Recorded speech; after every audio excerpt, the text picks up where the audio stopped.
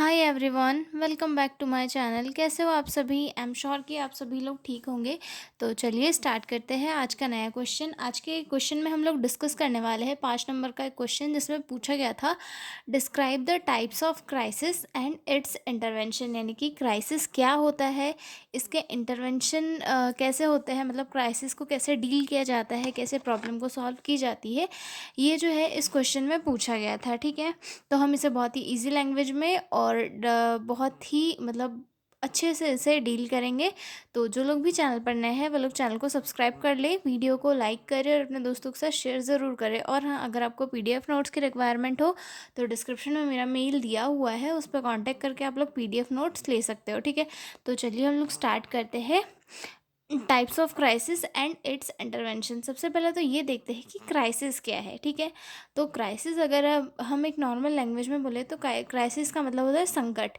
यानी कि ऐसी कोई प्रॉब्लमेटिक कंडीशन, यानी कि ऐसी कोई संकट भरी कंडीशन जिसे हमें डील भी करना है, मतलब जिसका हमें निपटारा भी करना है और उसके बाद में हमारी लाइफ में आगे भी बढ़ना है, लेकिन हमारे अंदर इतनी कैपेसिटी नहीं है कि हम उसे जो है उसे झेल पाए। ठीक है, पर लेकिन कैसे भी करके जो है हमें उसे झेलना है, उसे हमारी लाइफ से शॉर्ट आउट करना है। उसके बाद में जो है नई तरीके से हमें अपनी लाइफ जो है स्टार्ट करनी है। ठीक है, ये जो क्राइसिस होता है उस टाइम की कंडीशन में एक पर्सन बहुत ही कंफ्यूज हो जाता है, चीज़ों को लेकर डर जाता है कि यार आगे क्या होगा, कैसे होगा। लेकिन क्राइसिस एक ऐसी सिचुएशन है जिसे हमें जो है अपनी सूझबूझ के अकॉर्डिंग और उस प्रॉब्लम को देखते हुए उसका सॉल्यूशन अच्छे से निकालना होता है। ठीक है, तो देखते हैं। A crisis is a situation where a person feels unable to handle the problem और stress. They feel very scared, confused और helpless. It affect their mind, emotion and behaviour. मतलब क्राइसिस एक ऐसी सिचुएशन है जहाँ पे किसी पर्सन को जो है जो एकदम ऐसा फील होता है कि वो उस प्रॉब्लम को हैंडल नहीं कर पाएगा। ठीक है, या फिर स्ट्रेस को हैंडल नहीं नहीं कर पाएगा। पर्सन काफ़ी डरा हुआ फील करता है, कंफ्यूज रहता है, हेल्पलेस लगता है उसे कि कोई उसकी हेल्प नहीं कर पा रहा है। और ये सारी चीज़ें जो है उसके ब्रेन, उसकी जो इमोशंस है, उसका बिहेवियर है, सारी चीज़ों को अफेक्ट करती है। ठीक है, फॉर एग्जाम्पल के लिए क्राइसिस कैसे, यानी कि किसी को अचानक जैसे किसी को जॉब छोड़नी पड़ रही है, जैसे कि कोई नर्सिंग स्टाफ है, उसको स्टाफ से निकाल दिया है। अब उसके दिमाग में तो ये रहेगा कि यार ये तो प्रॉब्लम मैं कैसे झेलूँ, अगर मैं जॉब नहीं करूँगी तो जो है मेरी फैमिली को का क्या होगा, कैसे कैसे मुझे रेंट भरूँगा, कैसे मैं अपनी फ़ीस पे करूँगा। ये सारी चीज़ें हमारे दिमाग में आती है ना, अगर हम कहीं पे जॉब कर रहे हैं और वहाँ से हमें बोलेंगे कि एकदम से आप जॉब छोड़ दो, तो उसके बाद हमारे माइंड में तो आएगा कि एकदम से ये लोग बोल रहे हैं कि जॉब छोड़ दो, अब मैं आगे क्या करूँगा, मैं आगे कैसे करूँगा, अब मुझे नई जॉब ढूँढनी पड़ेगी, क्या क्या करूँ, मेरे को समझ में नहीं आ रहा। तो ये चीज़, ये कंडीशन क्या कहलाती है? एक क्राइसिस कहलाती है, जिसमें हमारा माइंड भी वर्क नहीं करता है, बिहेवियर चेंज हो जाता है, दिमाग कन्फ्यूज रहता है, डर लगता है चीज़ों से, दिमाग में स्ट्रेस रहता है कि यार इतनी बड़ी प्रॉब्लम आ गई, इसे अब कैसे शॉर्ट आउट करूँगा। ठीक है, तो ये चीज़ें क्या होगी, क्राइसिस हो गई। अब क्राइसिस क्या हो, किस किस टाइप के होते हैं? ठीक है, क्राइसिस जो है मेनली 3 टाइप के होते हैं। सबसे फर्स्ट आता है मैचुरेशनल क्राइसिस, या फिर इसे डेवलपमेंटल क्राइसिस भी कहा जाता है। फर्स्ट आता है इसमें डेवलपमेंटल क्राइसिस या फिर मैचुरेशनल क्राइसिस, देन सेकंड आता है सिचुएशनल क्राइसिस, देन थर्ड आता है एडवेंशियस क्राइसिस या फिर डिज़ास्टर और सोशल क्राइसिस भी जिसे कहा जाता है। ठीक है, तो सबसे फर्स्ट वाला डील करते हैं मैचुरेशनल क्राइसिस। मैचुरेशनल क्राइसिस, इस वर्ड से हमें क्या मतलब एक वर्ड मिल रहा है, यानी कि मैच्योर। यानी कि जब हमारी लाइफ में हम जैसे जैसे बड़े होते जाते हैं, हमें हमारी लाइफ के अलग अलग फेजेस देखने के लिए मिलते हैं। जैसे कि हम बच्चे थे, उसके बाद हम थोड़े बड़े हुए, फिर टीनेजर में आए, हमारी जो दोस्ती आ रही है वो भी बदलती है, हमारे अंदर हार्मोनल चेंजेस होते हैं, नए नए टास्क आते हैं जिन्हें हमें कंप्लीट करना होता है। तो इन सारी चीज़ों में हमें क्या होता है, बहुत सारे क्राइसिस फेस करने पड़ते हैं। कई बार ये लगता है कि हम ये प्रॉब्लम सॉल्व नहीं कर पाएंगे, लेकिन उसके बाद जो है किसी न किसी तरीके से हम प्रॉब्लम सॉल्व कर लेते हैं। ठीक है, तो ये हमारी लाइफ का एक मैचुरेशनल क्राइसिस होता है कि जो जैसे जैसे हमारा डेवलपमेंट होता है वैसे वैसे वो हमारे साथ चेंजेस आते हैं, और चेंजेस के साथ हम लड़के कैसे जो है अपनी लाइफ को जीते हैं। ठीक है, maturational crisis happens during life changes और life stages, for example becoming a teenager, marriage, becoming a parent, यानी कि जैसे हम टीनेजर होते हैं तो उस टाइम पे लाइफ में नए नए इवेंट्स आते हैं, जैसे कि मैरिज हो रही है, किसी को शादी नहीं करना है लेकिन फिर भी करना पड़ रहा है, तो अब उस कंडीशन में क्या हेल्पलेस फील होगा। फिर उसके बाद उसे नए पार्टनर के साथ शिफ्ट होना पड़ेगा, ठीक है। उसके बाद अगर अगर वही कंडीशन अगर पेरेंट बन रहे हैं तो उस कंडीशन में क्या है, बेबी को कैसे हैंडल करना है, कैसे उसको केयर करना है, कैसे कैसे सारी चीज़ें जो है मैनेज करना है, ये सारी चीज़ें किस में आती है, मैचुरेशनल क्राइसिस में। ये हर किसी की लाइफ में होता है, हर किसी को जो है इसे हैंडल करना होता है, ठीक है। These are natural but still stressful, मतलब ये जो क्राइसिस होता है नेचुरल क्राइसिस है, लेकिन ये जो है स्टिल जो है स्ट्रेसफुल क्राइसिस होता है, ठीक है। अगला देखते हैं सिचुएशनल क्राइसिस, ठीक है। सिचुएशनल क्राइसिस में क्या आएगा situational crisis happen suddenly and unexpected. जो सिचुएशनल क्राइसिस है ये सडनली होते हैं और जो है अनएक्सपेक्टेड हो जाते हैं, जैसे कि किसी का एक्सीडेंट हो जाना, या फिर किसी की जॉब चली जाना, डाइवोर्स हो जाना, सीरियस इलनेस का पता चल जाना कि ब्रेन में जो है ब्रेन ट्यूमर हो गया है, तो अब समझ में नहीं आएगा कि क्या करना है क्या नहीं करना है, पैसे नहीं इलाज के लिए तो अलग ही चिंता रहेगी, ठीक है। डेथ हो जाना फैमिली में किसी की, तो ये क्या हो गया सिचुएशनल क्राइसिस, यानी कि जो है सडनली होते हैं, अनएक्सपेक्टेड होते हैं, लेकिन इन्हें डील करना ज़रूरी होता है, ठीक है। तो ये हो गया हमारा सिचुएशनल क्राइसिस। देन थर्ड आता है एडवेंशियस क्राइसिस या फिर डिजास्टर या और सोशल क्राइसिस, ठीक है। A big disaster or violent event affecting many peoples, example earthquake, flood fire, war, terrorism etcetera. यानी कि जो है डिज़ास्टर क्राइसिस में कैसे कि यानी कि कोई बड़ा डिज़ास्टर या फिर ऐसा वायलेंट इवेंट जो है काफ़ी सारे लोगों को एक साथ ये कर रहा है, जैसे करंट में भी क्या चल रहा है, पंजाब में बाढ़ वगैरह आ रही है, जिसकी वजह से काफ़ी सारे किसानों जानवरों को जो है नुकसान हो रहा है। तो जो है ये किस में आएगा, एक सोशल या फिर डिज़ास्टर क्राइसिस के अंदर इंक्लूड हो जाएगा, ठीक है। इसमें जो है लोग ट्रॉमा के ज़्यादा शिकार होते हैं, यानी कि या फिर इसमें पोस्ट ट्रॉमेटिक जो स्ट्रेस, मतलब पोस्ट ट्रॉमेटिक स्ट्रेस डिसऑर्डर जो होता है, पीटीएसडी करके, वो भी डेवलप होने की चांसेस रहते हैं, ठीक है। ये जो है ये जब बड़ी मुसीबत या फिर नेचुरल डिजास्टर होती है तब बहुत सारे लोगों को अफेक्ट करती है, ठीक है। फॉर एग्जांपल के लिए earthquake, food flood, fire, war, terrorism etcetera, ठीक है। तीनों टाइप हो गए हमारे जो क्राइसिस के। अब हम देखते हैं कि फेजेस या फिर स्टेजेस क्या होती है क्राइसिस की, मतलब इसकी जो क्राइसिस होता है इसकी अलग अलग स्टेजेस भी होती है, तो अब कौन कौन सी स्टेजेस होती है, ठीक है। फर्स्ट स्टेज फर्स्ट स्टेज क्या है, यानी कि स्ट्रेस हैपन, ठीक है। स्ट्रेस हैपन यानी कि जो है स्ट्रेस हैपन, इसमें क्या होता है, मतलब एकदम से सडन कोई क्राइसिस आया उसकी लाइफ में, मान लो उसका एक्सीडेंट हो गया, ठीक है। हम एक्सीडेंट के इस पे जो है इसे डील करते हैं, ठीक है।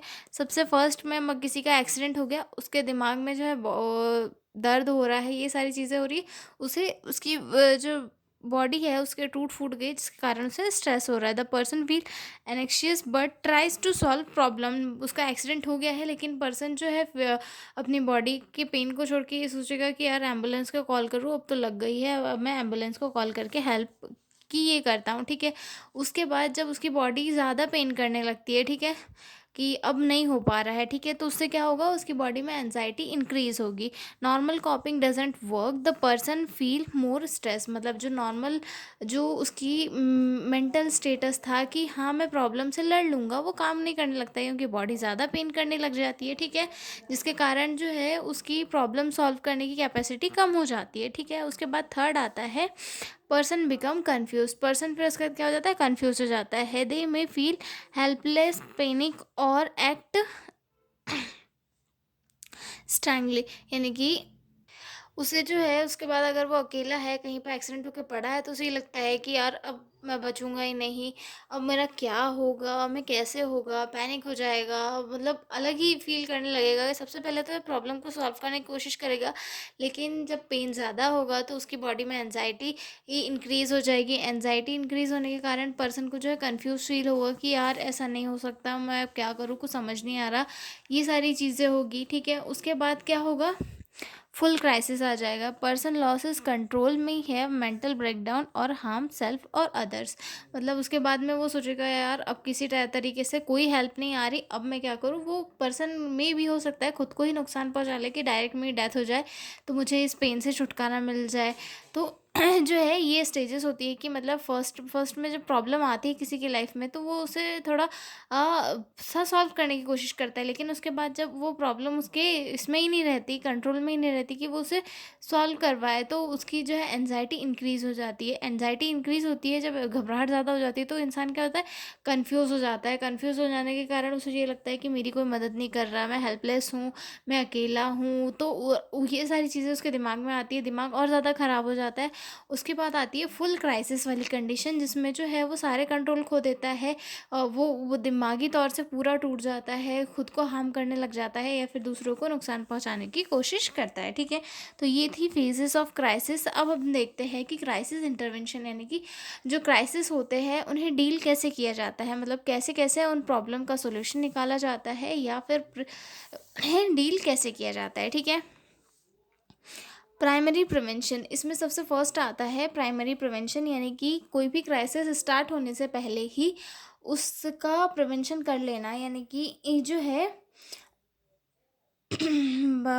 प्रॉब्लम आने पे कैसे रिएक्ट करना है, उसका जो है कैसे कैसे हमें उससे निजात पाना है। ठीक है, तो प्राइमरी प्रिवेंशन में जो है क्या होता है, बिफोर क्राइसिस हैपन, ये फर्स्ट आता है इसमें, सॉरी इसमें 3 प्रिवेंशन है, प्राइमरी सेकेंडरी एंड टर्सरी। ठीक है, प्राइमरी प्रिवेंशन में क्या था कि मतलब किसी प्रॉब्लम के होने से पहले ही जो है हम उससे प्रिवेंट कर ले रहे हैं। ठीक है, तो before crisis happen the goal of primary prevention is to stop crisis from happening, मतलब इसे जो है क्राइसिस होने के पहले से ही ये जो है बचा लिया जाता है। यानी कि जैसे कि हम कम्युनिटी में हेल्थ एजुकेशन वगैरह देते हैं ना कि आप जो है सैनिटाइज़र्स का यूज़ करें, हैंड वॉशिंग अच्छे से करें, जो कम्युनिटी है हमारा एनवायरनमेंट है उसे क्लीन करें ताकि बीमारियां नहीं फैलेगी। तो ये किस कौन सी चीज़ों में आती है, प्राइमरी प्रिवेंशन में आती है। तो प्राइमरी क्राइसिस इंटरवेंशन में भी यही आता है कि क्राइसिस होने से पहले ही जो है तैयारी कर ली जाती है कि हो सकता है लाइफ में ऐसी कोई चीज़ आए जिसके लिए कैसे डील करना है। ठीक है, फॉर एग्जांपल स्ट्रेस मैनेजमेंट, मतलब लोगों को स्ट्रेस से डील करने के लिए जो है एजुकेशन देना, giving support to new mothers, मतलब जो नई नई मदर्स बन रही है उन्हें सपोर्ट, उन्हें एजुकेशन देना कि जो है बच्चे को कैसे फीड करानी है। आपको बच्चा जब रो रहा है तो उस टाइम आपको पैनिक नहीं हो जाना है, बच्चे के ऊपर गुस्सा नहीं करना है, आपको अपने आप को कैसे हैंडल करना है। ये सारी चीज़ें हम जो है एक नई मदर को सिखाते हैं। तो वो क्या करता है, वो बच्चे के जन्म लेने के बाद में उसके दिमाग में ये क्राइसिस नहीं आते हैं कि हाँ मेरा बच्चा है मैं इसे कैसे चुप कराऊँ। उसे यह याद रहता है कि हाँ मुझे नर्सिस ने या फिर किसी अदर काउंसलिंग वाले पर्सन ने, काउंसलर ने ये बताया था कि जो है बच्चा होगा फिर ये रोएगा, लेकिन मुझे पैनिक नहीं होना है, तो मुझे जो है शांत रह के इसे चुप कराना है। मे बी इसे भूख लगी है, ये अदर कोई भी चीज़ें हैं। तो ये सारी चीज़ें जो है प्राइमरी प्रिवेंशन के अंदर आती है, यानी कि क्राइसिस होने के पहले, कन्फ्यूजन होने के पहले ही अच्छे से प्रॉपर तैयारी करना, जिससे कि आगे जो है ज़्यादा दिक्कतें फेस नहीं करनी पड़े। ठीक है, उसके बाद आता है सेकेंडरी प्रिवेंशन। सेकेंडरी प्रिवेंशन में क्या किया जाता है कि क्राइसिस हो गया है, उसके बाद सडनली जो है हमें कैसे पर्सन को ठीक करना है। ठीक है, during the crisis the goal of secondary prevention is to control the crisis and reduce emotional pain, मतलब जो सेकेंडरी प्रिवेंशन होता है इसका क्या गोल होता है कि जो क्राइसिस है उसे कंट्रोल किया जा सके, और जो इमोशनल पेन हो रहा है, मतलब जैसे किसी का एक्सीडेंट हो गया है तो उसी टाइम उसे जो है काउंसलिंग देना, उसके मेंटल स्ट्रेस को कम करना, उसे जो है इमरजेंसी में ट्रीटमेंट वगैरह वगैरह देना, ये कैसी चीज़ों में आता है, सेकेंडरी प्रिवेंशन में। कि भाई पेशेंट को लगी, हमने उसे ट्रीटमेंट दे दिया, उसके माइंड पे ज़्यादा बर्डन नहीं पड़ा, पेशेंट ठीक हो गया। तो ये किस चीज़ में आता है, सेकेंडरी प्रिवेंशन में, कि जो है इमिडिएटली किसी को ज़्यादा कन्फ्यूजन या फिर ज़्यादा इमोशनल ब्रेकडाउन होने से पहले ही उसे ट्रीटमेंट या फिर काउंसलिंग दे देना, ताकि वो ज़्यादा अपने आप को वो हर्ट ना करे। ठीक है, उसके बाद थर्ड आता है टर्सरी प्रिवेंशन। टर्सरी प्रिवेंशन में क्या आता है, ये क्राइसिस होने के बाद बात किया जाता है, यानी कि जैसे कि क्राइसिस हो गया है, प्रॉब्लम्स हो गई है, लेकिन उसके बाद अब कैसे रहना है। ठीक है, after the crisis the goal of tertiary prevention is to help the person recover and get back to a normal life.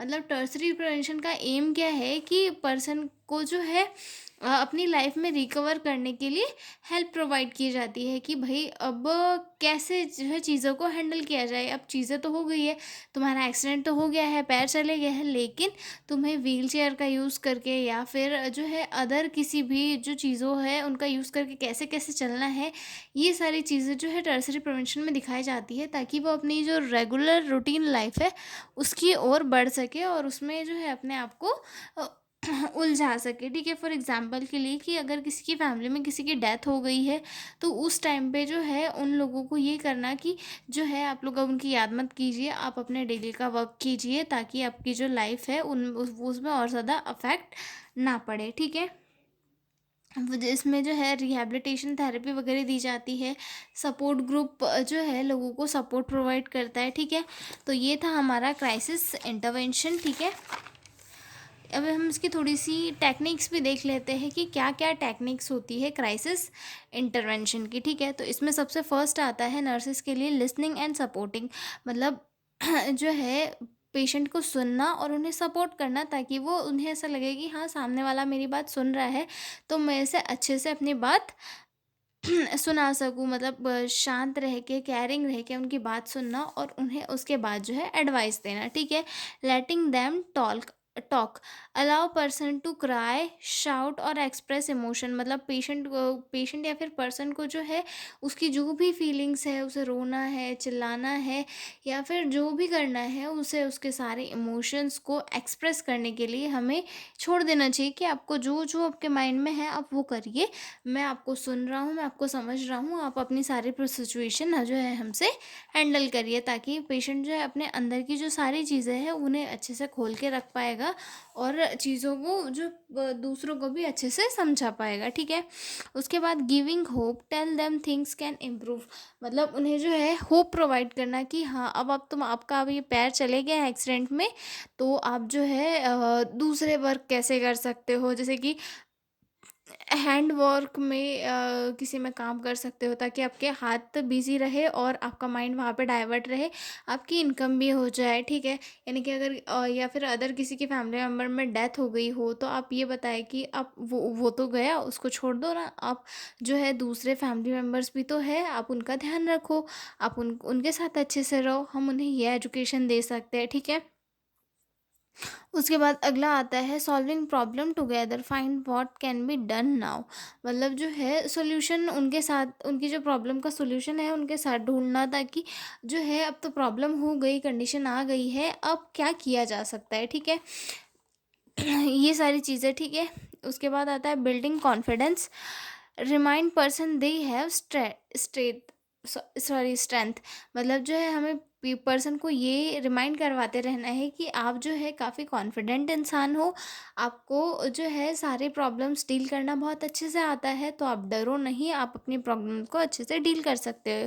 तो ये सारी टेक्निक्स का यूज़ करके जो है हम क्राइसिस का इंटरवेंशन कर सकते हैं। इवन हमारी खुद की लाइफ में भी अगर कोई क्राइसिस आया है, तो उस कंडीशन में हम जो है कुछ ऐसी टेक्निक्स को यूज़ करके जो है क्राइसिस का इंटरवेंशन कर सकते हैं। ठीक है, आगे देखते हैं role of nurse in crisis, कि रोल जो है नर्स का वो क्या होता है क्राइसिस में। ठीक है, talk to a patient with love and care. Nurse को जो है एक पेशेंट के साथ बहुत ही प्यार से और केयरफुली बात करना चाहिए, ताकि पेशेंट जो है अपने अंदर की फीलिंग एक्सप्रेस कर पाए और अपनी एनजाइटी को रिड्यूस कर पाए। ठीक है, अंडरस्टैंड व्हाट हैपन, ये समझना चाहिए कि क्या हुआ है। ठीक है, स्टे काम एंड स्ट्रांग, मतलब स्ट्रांग रह के जो है काम, ऐसा नहीं कि खुद ही चिल्ला चोट कर रहे हैं, खुद ही ढीले पड़ गए, ये सारी चीज़ें नहीं करनी एक नर्सिस को।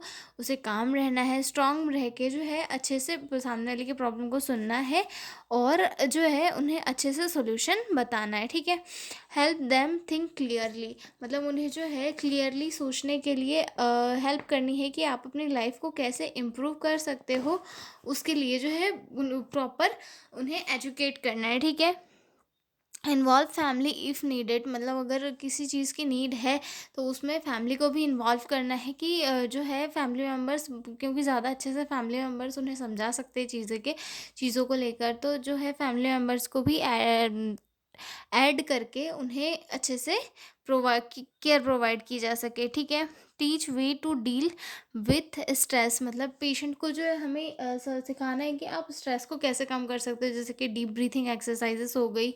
ये सारी चीज़ें करके स्ट्रेस को और एनजाइटी को कम किया जा सकता है। तो ऐसी सारी चीज़ें जो है नर्सेज पेशेंट को समझाकर जो है उनकी क्राइसिस को कम कर सकती है, ठीक है। रेफर टू अ डॉक्टर और थेरेपिस्ट इफ़ नीडेड, मतलब अगर क्राइसिस जो है सीवियर लेवल पे है तो उन्हें उन्हें हम जो है हमारे जो हायर अथॉरिटीज़ है, डॉक्टर है या फिर थेरेपिस्ट वगैरह है, उन्हें हम रेफ़र करेंगे, ठीक है। तो ये हमारे हो गए role of nurses in crisis. Then आ गया techniques of crisis intervention. Then आ गया क्राइसिस इंटरवेंशन की कौन कौन से होते हैं, और उसके पहले आ गए हमारे टाइप्स ऑफ क्राइसिस, ठीक है। तो अब हम मिलते हैं अगले वीडियो में एक नए क्वेश्चन के साथ। तब तक के लिए बाय बाय।